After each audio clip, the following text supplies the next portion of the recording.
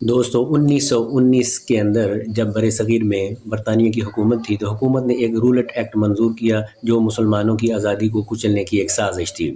تو برصغیر کے مسلمانوں نے اس کے خلاف پورے برصغیر میں احتجاج کیا۔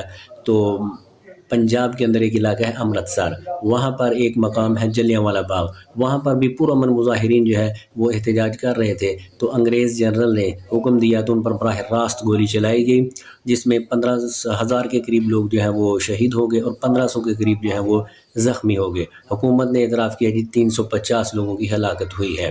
تو بہرحال آج لاہور کے اندر اسی تاریخ کو دہرایا گیا ہے، فرق صرف اتنا ہے کہ وہ اس وقت آقا نے حکم دیا تھا، آج اس آقا کے جو ہے وہ نمک خوار موجود ہے، انہوں نے حکم دیا ہے تو مسلمانوں کے اوپر براہ راست گولی چلائی گئی ہے۔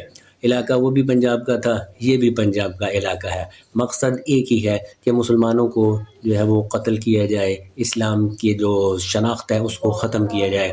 تو حسین احمد مدنی رحمہ اللہ نے بالکل سچ فرمایا تھا کہ پاکستان بننے کے نتیجے میں گورا انگریز یہاں سے چلا جائے گا لیکن کالا انگریز جو ہے وہ آپ پر مسلط ہو جائے گا، اور آج ہم دیکھ رہے ہیں کہ ہمارے اوپر جو وہ کالا انگریز جو ہے وہی مسلط ہے۔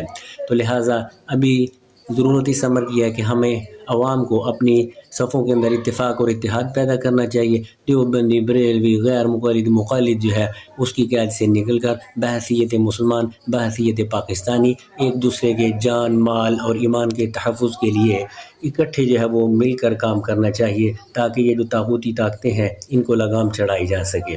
آپ کو یہ میری رائے پسند ہے یا نہیں ہے، اس کے بارے میں آپ نے کمنٹ باکس میں ضرور اظہار کرنا ہے۔ جزاک اللہ۔